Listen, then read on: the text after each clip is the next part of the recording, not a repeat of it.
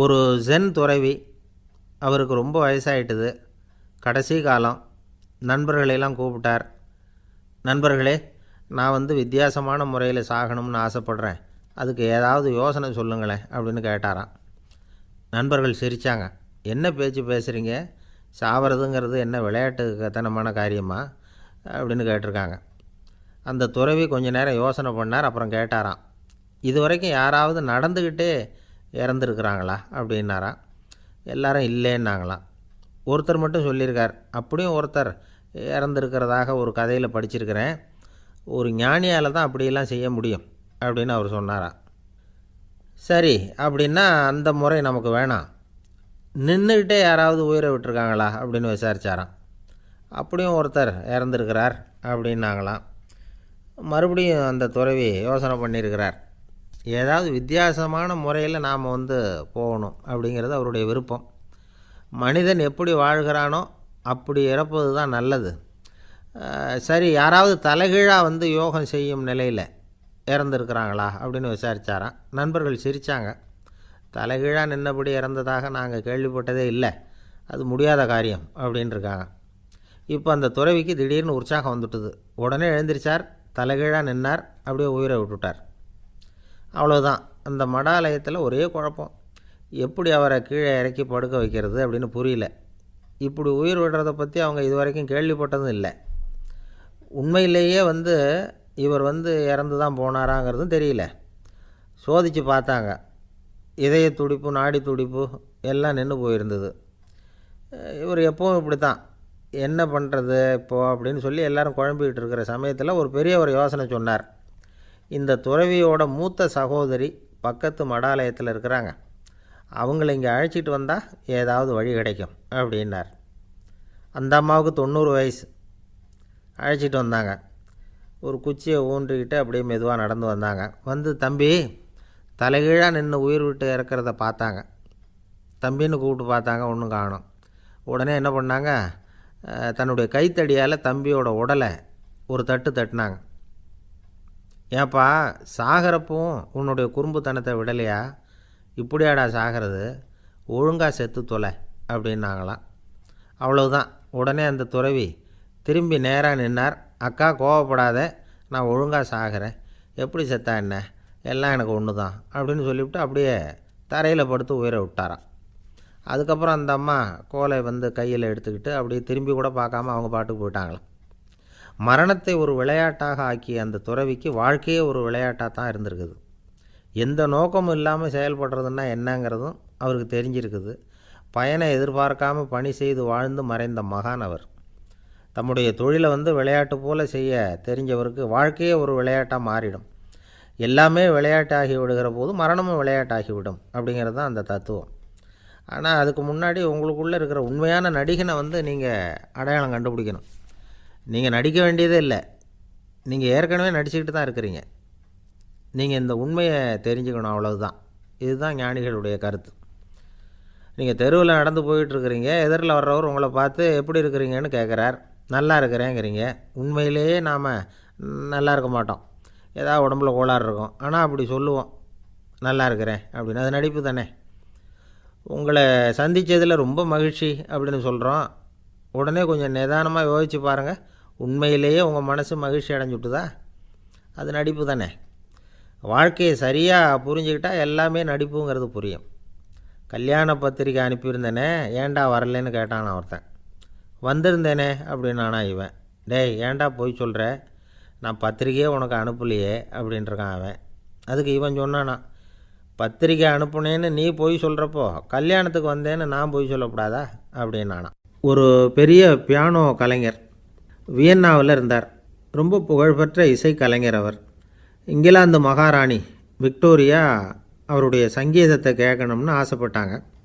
அவரை அரண்மனைக்கு கூப்பிட்டாங்களாம். பியானோ வாசிக்க சொல்லி கேட்டாங்களாம். இவரும் ரொம்ப பிரமாதமாக வாய்ச்சி காட்டியிருக்கார். உடனே பாராட்டி பரிசுகள்லாம் கொடுத்து அனுப்புனாங்களாம். அந்த இசையை கேட்குறதுல அரசிக்கு ரொம்பவும் ஆர்வம் உண்டு. அதனால் அதுக்கப்புறமும் அந்த கலைஞர் அடிக்கடி அரண்மனைக்கு வர வேண்டிய அவசியம் ஏற்பட்டது. ஏன்னா அரசி கூப்பிட ஆரம்பித்தாங்க. இவர் போகணும், அங்கே இசை நிகழ்ச்சி நடத்தணும். இவர் அங்கே பாடி வாசிக்கிறது உண்டு. ஒரு தடவை மகாராணி அவரை பார்த்து, உங்கள் நாட்டு தேசிய கீதம் பாடுங்களேன் அப்படின்னு கேட்டாங்களாம். உடனே அவர் தன்னுடைய நாடான ஆஸ்திரியாவின் தேசிய கீதத்தை பாடியிருக்கிறார். அவர் பாட ஆரம்பித்த உடனே மகாராணி எழுந்திரிச்சு நின்னாங்களாம். அதுக்கு மரியாதை செலுத்துகிற நோக்கத்தோடு பாட்டு முடிகிற வரைக்கும் அப்படியே நின்றுக்கிட்டு இருந்தாங்களாம். இதுதான் அந்த அரசியினுடைய பெருந்தன்மை. அதாவது நாட்டுப்பற்றுங்கிறது அந்த அளவுக்கு அப்படி இருக்கணும். இப்படி ஒரு அரசியே நம்ம நாட்டு தேசிய கீதத்துக்கு எழுந்திரிச்சு நின்று மரியாதை செலுத்துகிறாங்க அப்படிங்கிறத புரிஞ்சிக்கும் பொழுது அந்த முதிய கலைஞரின் மகிழ்ச்சிக்கு அளவே இல்லையாம். அதுக்கப்புறம் அந்த பியானோ கலைஞர் ஒரு நாள் தன்னுடைய நண்பர் ஒருத்தர்கிட்ட பேசிக்கிட்டு இருந்தாராம். அப்போ சொன்னாராம், மகாராணியார் எனக்கு எவ்வளவோ பரிசுகள்லாம் கொடுத்துருக்குறாங்க. ஒரு தடவை எனக்கு வைரக்கல் பதித்த அணி ஒன்றை கூட பரிசாக கொடுத்தாங்க. ஆனால் அதை விட உயர்ந்த விலை மதிக்க முடியாத அணி என்ன தெரியுமா? நான் என்னுடைய நாட்டு தேசிய கீதத்தை நான் பாடுறப்போ அவங்க எழுந்திரிச்சு நின்று மரியாதை செலுத்தினாங்களே, அதுதான் எனக்கு கிடைச்ச மிகப்பெரிய பரிசு அப்படின்னாராம். எனக்கு தெரிஞ்ச சங்கீத வித்வான் ஒருத்தர் இருக்கார். சமீபத்தில் ஒரு நாள் அவரை பார்த்தேன். எப்படி போயிட்டுருக்கு உங்கள் தொழில் அப்படின்னு கேட்டேன். ரொம்பவும் வித்தியாசமாக போயிட்டுருக்குங்க அப்படின்னார். என்ன சொல்கிறீங்க அப்படின்னேன். முன்னாடியெல்லாம் நான் பாடினா எதிரில் இருக்கிறவங்க தான் எழுந்திரிச்சு போயிட்டு இருந்தாங்க. இப்போ எப்படின்னா நான் பாட ஆரம்பிச்சுட்டா உடனே பக்கவாத்தியக்காரனே எழுந்திரிச்சு போயிடுறான் அப்படின்னார் ரொம்ப வேதனையோட. பொங்கல் திருநாள். பொங்கல் திருநாள்னால் இது ஏதோ அறுவடை திருநாள் அப்படின்னு சொல்லுவோம். அதாவது வருஷம் பூரா நாம் பாடுபட்டு அதனுடைய பலனை அனுபவிக்கிற நாள் அப்படிங்கிறது நாம் சொல்லிகிட்டு இருக்கிறது. இது முக்கியமாக இது ஒரு நன்றி அறிவிப்பு நாள் அப்படின்னு சொல்லுவாங்க. இன்றைக்கி நிறைய நன்றி அறிவிப்பு கூட்டம்லாம் நடந்துக்கிட்டு இருக்குல்ல, அது மாதிரி விவசாயிகள் நடத்துகிற ஒரு நன்றி அறிவிப்பு விழா இது. யாருக்கு நன்றி சொல்கிறாங்கன்னா ஆதவனுக்கு. அதாவது சூரியன் இல்லைன்னா விவசாயம் இல்லை. அதனால் ஆதவனுக்கு நன்றி செலுத்துகிற நாளாக இந்த பொங்கல் திருநாளை நாம் கொண்டாடுறோம். அதாவது இந்த பொங்கலில் விவசாயிகள்கிட்டேருந்து நிறைய பண்புகளை நாம் தெரிஞ்சுக்க வேண்டிய நாள் இது. விவசாயிகள் அவங்க விவசாயம் முன்னேறி இருக்கிற அளவுக்கு விவசாயிகளுடைய வாழ்க்கை தரம் முன்னேறலை. அந்த அளவுக்கு அவர்கள் நாட்டுக்காக உழைச்சிக்கிட்டு இருக்கிறாங்க. அந்த காலத்திலே அதை பற்றி ஒரு கதை சொல்கிறது உண்டு. ஒரு வயசான ஆள் நிலத்தில் ஏறு உழுதுகிட்டு இருந்தாராம். கிழிஞ்சு போன ஒரு சின்ன துண்டை தான் இடுப்பில் கட்டியிருந்தாராம். தலையில் ஒரு கந்தலை சுற்றி இருந்தார். உடம்பு பூரா சேரு, ரொம்ப ஏழை. ஏறு ஓட்டிகிட்டு இருக்கிறவர் வேறு எப்படி இருப்பார்? இருந்தாலும் அந்த ஆள் ரொம்ப ஜாலியாக பாட்டு பாடிக்கிட்டே ஏறு உழுதுகிட்டு இருந்தாராம். உடம்புல தான் அவர் ஏழையை தவிர மனசில் ஒரு ஏழையாக தெரியல. அந்த சமயத்தில் அந்த நாட்டு ராஜா அந்த பக்கமாக குதிரை மேலே வந்தாராம். வேட்டைக்கு போயிட்டு பரிவாரங்களோடு திரும்பி வந்துக்கிட்டு இருக்கிறார். ரொம்ப செல்வ செழிப்பில் இருக்கிற ராஜா அவர் இந்த வயசான விவசாயியை பார்த்துருக்கார். இந்த ஆள் ரொம்பவும் ஏழைங்கிறது அவர் பார்த்தாவே பளிச்சுன்னு தெரியுது. கட்டிக்கிறதுக்கு நல்ல துணி இல்லை, உடம்போ இழைச்சி போயிருக்குது, வயிறு முதுகில் போய் ஒட்டிக்கிட்டு இருக்கு, கண்ணு குழி விழுந்து போயிருக்குது. ஆனாலும் முகத்தை பார்த்தா சந்தோஷமாக இருக்கிற மாதிரி இருக்குது. இவ்வளவு உற்சாகமாக பாடிக்கிட்டு இருக்கிறாரே அப்படின்னு ஆச்சரியமாக நினச்சி பார்த்தார் அந்த ராஜா. சரி, அவர்கிட்ட கொஞ்சம் பேச்சு கொடுத்து பார்க்கலாம் அப்படின்னு முடிவு பண்ணார். ஐயா பெரியவரே, இப்படி கொஞ்சம் வர முடியுமான்னாராம். பொழுது போகிறதுக்குள்ளே நான் இந்த வயல் பூரா உழவு ஓட்டி ஆகணும், அதனால் பேசுகிறதுக்கு நேரம் இல்லை அப்படின்னாராம் அந்த பெரியவர். என்ன அவ்வளவு அவசரமாக? மீதி இருந்தால் நாளைக்கு உழுதக்கூடாதா? அது சரி, உனக்கு எத்தனை ஏக்கர் நிலம் இருக்குது அப்படின்னு விசாரிச்சிருக்கார் ராஜா. எனக்குன்னு சொந்தமாக உள்ளங்கை அளவு கூட நிலம் கிடையாது. இது எங்கள் முதலாளியோட நிலம். இதை பூராவும் உழுது முடித்தாதான் அவர் கூலி கொடுப்பார். நான் கூலிக்கு உழுதுகிட்டு இருக்கிறேன்.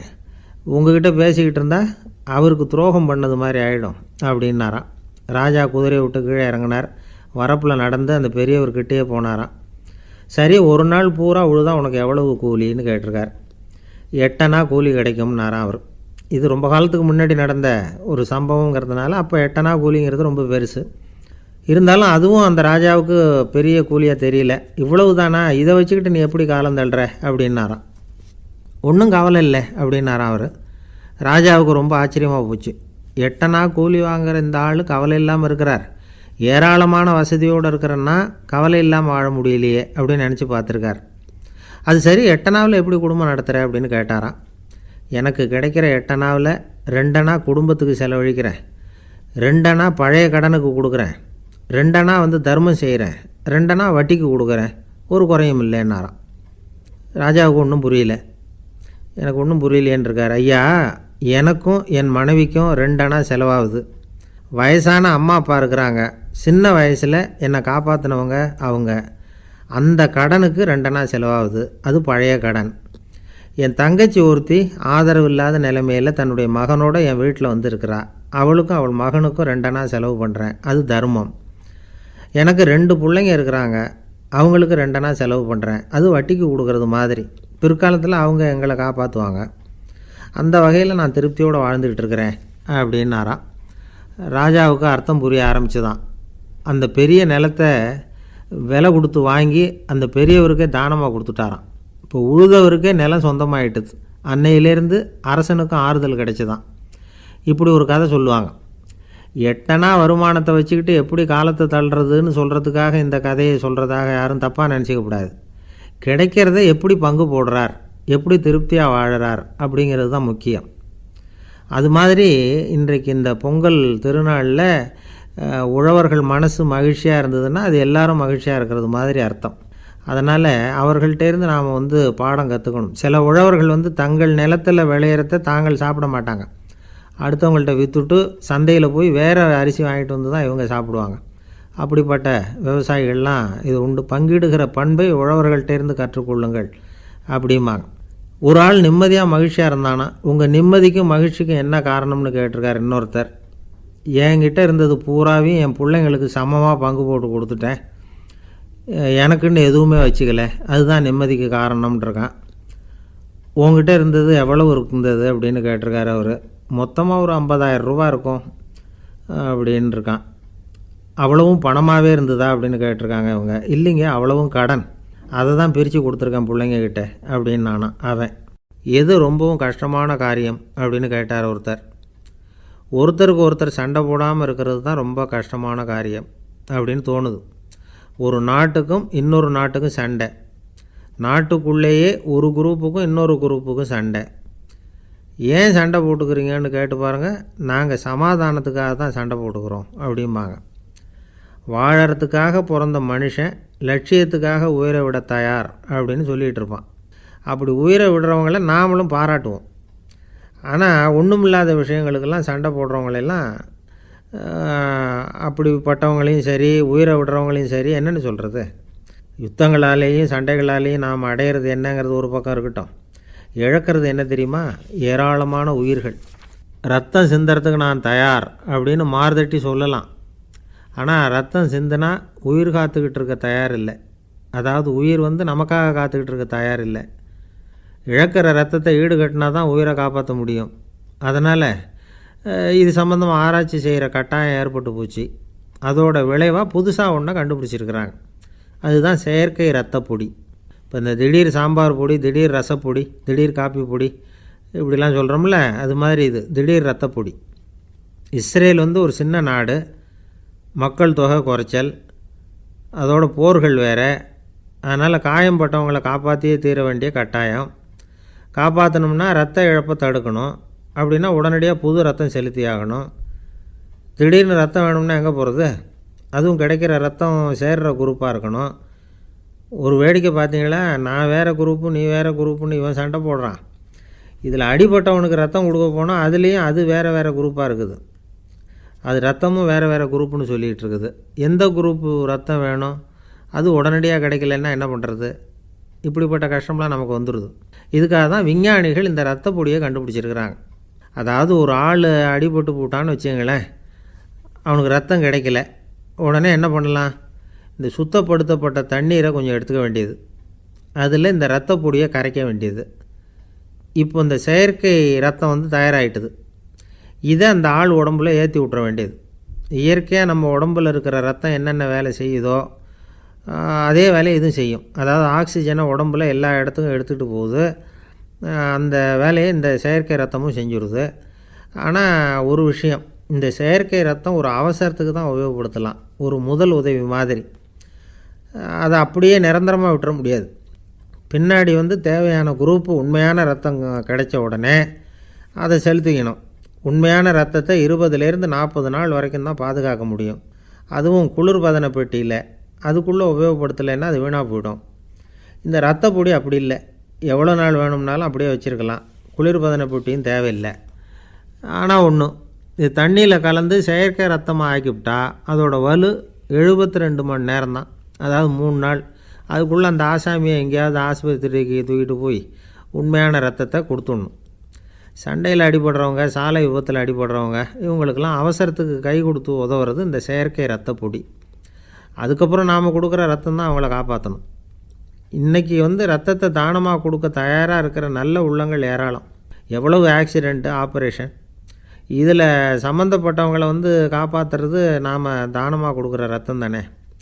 ஒரு ஆக்சிடெண்ட்டு, ஒரு ஸ்கூட்டர் ஒரு ஆள் மேலே மோதி விட்டுது, பார்த்து வரக்கூடாதா அப்படின்னா அந்த ஆள், நீ தான் பார்த்து நடக்கணும், ஏன்னா 20 வருஷமாக நான் அந்த ஸ்கூட்டரை ஓட்டிக்கிட்டு இருக்கிறேன் அப்படின்னானா இவன்.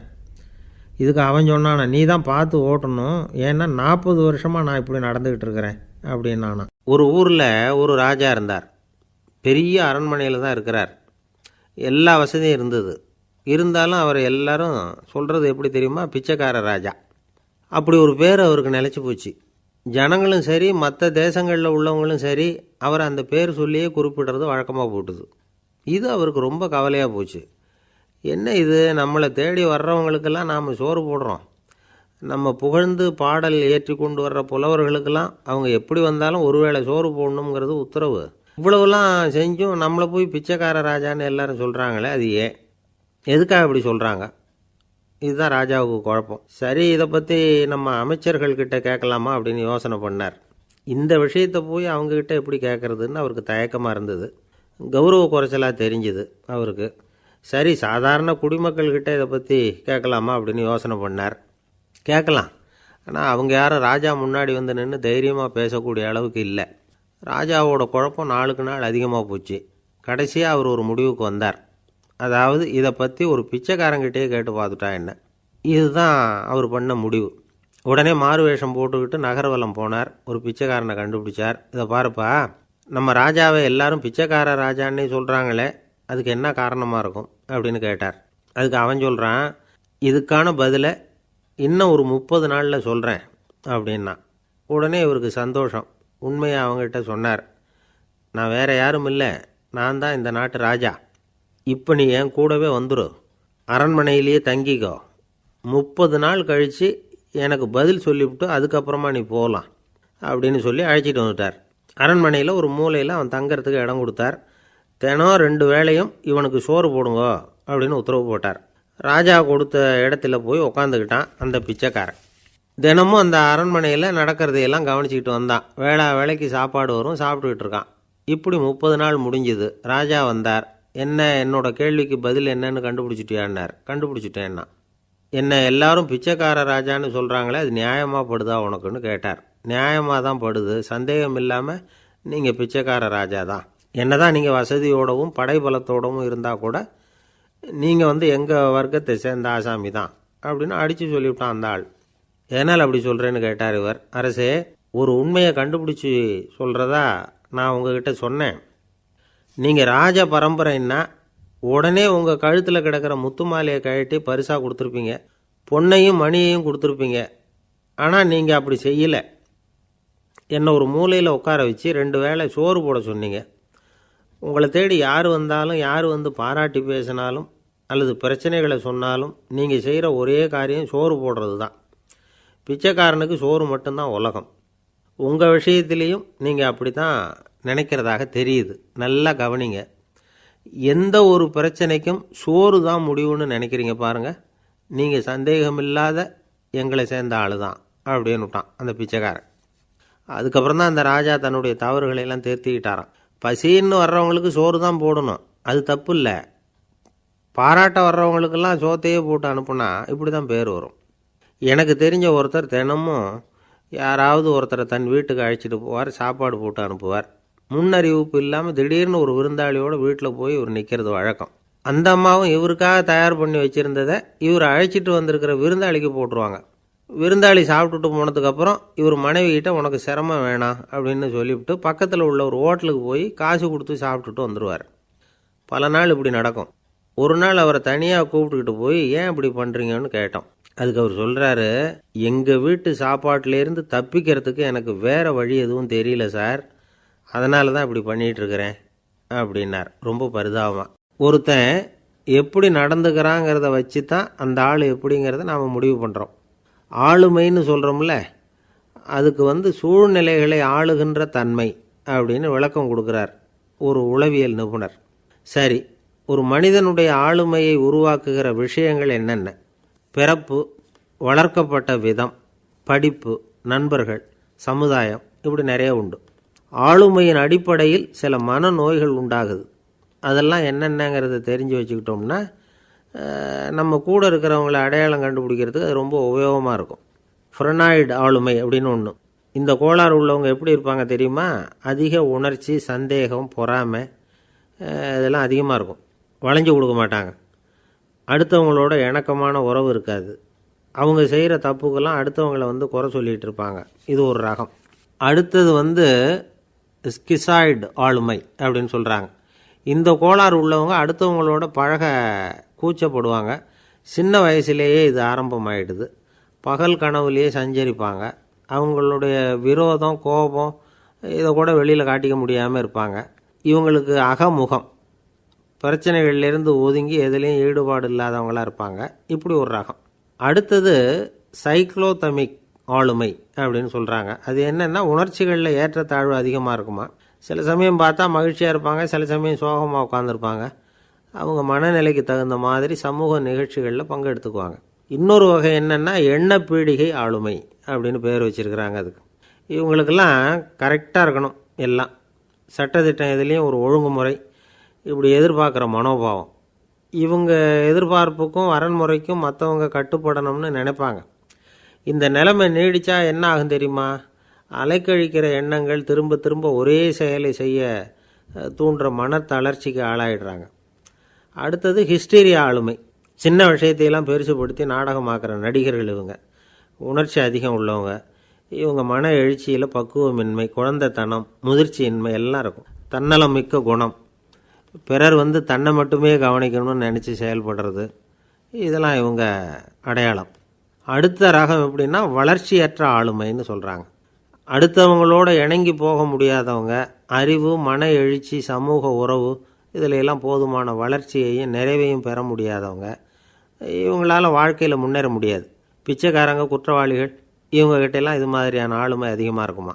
அடுத்தது என்னென்னா சோர்வுடைய ஆளுமை. எதுலேயும் உற்சாகம் இல்லாமல் சோர்ந்து போயிருப்பாங்க. அதுக்கெல்லாம் நமக்கு வலிமை இல்லைப்பா அப்படின்னு சொல்லிகிட்டு இருப்பாங்க. சின்ன விஷயங்களுக்கெல்லாம் அதிர்ச்சி அடையிறது, வாழ்வின் சுவையை அனுபவிக்க முடியாதவங்க. இன்னொரு ரகம் இது கொதித்தெழும் ஆளுமைங்கிறாங்க. எதுக்கு எடுத்தாலும் ஆத்திரம், குரோதம், வன் செயல் இதிலெல்லாம் ஈடுபாடு, இப்படி உள்ளவங்க. நத்தை வகை ஆளுமை அப்படின்னு ஒன்று. அடுத்தவங்க மேலே விரோதம் இருக்கும், அடிக்கணுங்கிற எண்ணம் இருக்கும். ஆனால் அதை அப்படியே வெளியில் காட்டாமல் அதே சமயம் அமைதியான முறையில் வெறுப்பை வெளிக்காட்டுற ரகம். இவங்கெல்லாம் பேசாமல் கம்முன்னு இருந்துக்கிட்டே நினச்சதை நிறைவேற்றிக்கிடுவாங்க. முன்ஜாக்கிரதை ஆளுமை அப்படின்னு ஒரு ரகமாக. பாதுகாப்பின்மை, சந்தேகம், முழுமையின்மை, அறவேக்காட்டுத்தனம் இந்த மனப்போக்கு அதிகமாக இருக்கிறதுனால அகம்பாவம், புடிவாதம், எச்சரிக்கை எல்லாம் அளவுக்கு மீறி இருக்கும். இது வரைக்கும் நாம் பேசிக்கிட்டு இருந்த ஆளுமை பண்புகள் அளவுக்கு அதிகமாக போயிட்டுதுன்னா ஆளுமை கோளாறுகள் ஏற்படும். அதன் அடிப்படையில் மனவியாதிகள் வருமா. அதனால் இணக்கமான, எல்லாரும் விரும்புகிற இயல்பான ஆளுமையை பெறுவதற்கு நாம் முயற்சி செய்யணும் அப்படிங்கிறது மனோதத்துவ நிபுணர்களுடைய ஆலோசனை. ஒருத்தர் ஒரு மனோதத்துவ டாக்டரை தேடிட்டு வந்தாராம். டாக்டர், எனக்கு மனசில் ஏதோ வியாதி, ஆளுமை கோளாறு, அதாவது எனக்கு சீக்கிரமாக செத்து போனால் தேவையில்லைன்னு தோணுது அப்படின்னாராம். உடனே அந்த டாக்டர், சரி அப்படின்னா இங்கே இருங்க, நான் வைத்தியம் பார்க்குறேன் அப்படின்னாராம். ஆஃபீஸை முடிஞ்சு வீட்டுக்கு போகிற சமயத்தில் ஒருத்தர் கடைக்கு போய் ஸ்வீட் வாங்கினார். சரி, வீட்டுக்கு பிள்ளைங்களுக்கு தான் வாங்கிட்டு போகிறார் அப்படின்னு மற்றவங்க நினச்சாங்க. அவர் அப்படி செய்யலை. அந்த இடத்துலையே பொட்டலத்தை பிரித்தார். திருட மாதிரி அப்படியே சுற்றி ஒரு தரம் பார்த்துக்கிட்டார். யாரும் தெரிஞ்சவங்க இல்லைங்கிறத முடிவு பண்ணிவிட்டு அவசரமாக அதை அப்படியே போட்டு முழுங்கிவிட்டு கையை தொடச்சிக்கிட்டு நல்ல பிள்ளை மாதிரி நடந்து போக ஆரம்பிச்சிட்டார். அவர் யாருன்னா, அவரோட பிரச்சனை எல்லாருக்கும் தெரியாது, சில பேருக்கு தான் தெரியும். அதாவது அவர் உடம்பில் சர்க்கரை இருக்குதுன்னு டாக்டர் சொல்லிவிட்டாராம். அதனால் வீட்டில் சர்க்கரையே இவர் கண்ணில் காட்டுறதில்ல. அதனால் இவர் யார் கண்ணிலையும் படாமல் இப்படிப்பட்ட வேலைகள்லாம் செய்கிறது வழக்கம். யாருக்கும் தெரியாமல் இப்படி ஸ்வீட்டை வாங்கி சாப்பிட்டுட்டு அவர் பாட்டுக்கு போயிடுறது. இப்படிப்பட்டவங்களுக்கெல்லாம் கொஞ்சம் ஆறுதலான தகவல் இன்றைக்கி. அது என்னென்னா, நாம் சாப்பிட்ற சர்க்கரைக்கும் நம்ம உடம்பில் உள்ள சில கோளாறுகளுக்கும் அப்படி என்ன தான் சம்மந்தம் இருக்குது? இதை பற்றி சமீபத்தில் சில ஆராய்ச்சிகள்லாம் நடந்திருக்குது. ஏன்னா சர்க்கரைன்னாவே விஷம் மாதிரி அதை பார்க்குறவங்களும் சில பேர் உண்டு. சின்ன பிள்ளைங்களுக்கு வயத்தில் பூச்சி உண்டாகிறதுலேருந்து பெரியவங்களுக்கு நீரிழிவு வர்ற வரைக்கும் எல்லாத்துக்கும் சர்க்கரை தான் காரணம்னு சொல்லிகிட்டு இருக்கிறோம். ஆனால் அந்த அளவுக்கு பயப்பட வேண்டிய அவசியம் இல்லை அப்படின்னு சொல்கிறாங்க. சர்க்கரை வியாதி, இருதய நோய், பித்த நீர்ப்பை நோய், இதெல்லாம் சில நோய்கள்லாம் நாம் சாப்பிட்ற சர்க்கரைக்கும் தொடர்பு இருக்குன்னு நினைக்கிறோம். ஆனால் அப்படி சம்பந்தம் உண்டுங்கிறதுக்கு போதுமான அளவுக்கு ஆதாரம் இல்லை அப்படிங்கிறாங்க ஆராய்ச்சியாளர்கள். ஒரே ஒரு சம்பந்தம் தான் உறுதியாக இருக்குதான். அதுவும் இந்த பல் சிதைவு அப்படின்னு இருக்கு இல்லையா, அந்த சர்க்கரை சாப்பிட்றதுக்கும் இந்த பல் சிதைவுக்கும் சம்பந்தம் இருக்குது அப்படிங்கிறத மட்டும் உறுதியாக சொல்கிறாங்க. சர்க்கரைன்னா நாம் சாப்பிட்ற ஜீனி மட்டும் இல்லை, பழம், காய்கறி, பால், தேன், இப்படி எல்லாத்துலேயும் அது இருக்குது. கேரட்டு கொடுக்குற சத்தில் 88% சர்க்கரை, ஆப்பிள் கொடுக்குற சக்தியில் 95% சர்க்கரை. இது ஜீனி சர்க்கரை, இது ஆப்பிள் சர்க்கரை அப்படிங்கிற வித்தியாசம்லாம் உடம்புக்கு கிடையாது. ரெண்டுமே உடனடியாக சக்தி கொடுக்குது.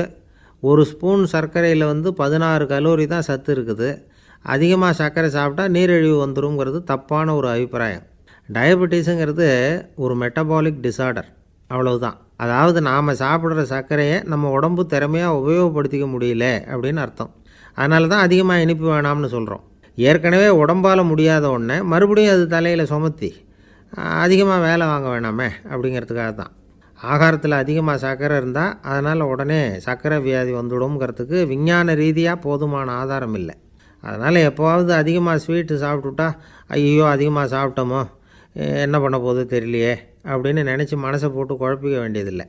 பொதுவாக எதுவுமே அதிகமாக வேண்டாம், எல்லாம் சீராக இருந்தால் போதும். நீரிழிவுங்கிறது புதுசாக வந்துட்ட ஒரு நோய் இல்லை, ரொம்ப காலமாகவே இருக்கிற ஒன்று தான். நம்ம முன்னோர்கள் இதை மதுமேகம் அப்படின்னு சொல்லுவாங்க. அதை கட்டுப்படுத்துறதுக்கு அவங்களே சில வழிமுறையை சொல்லி வச்சுருக்கிறாங்க.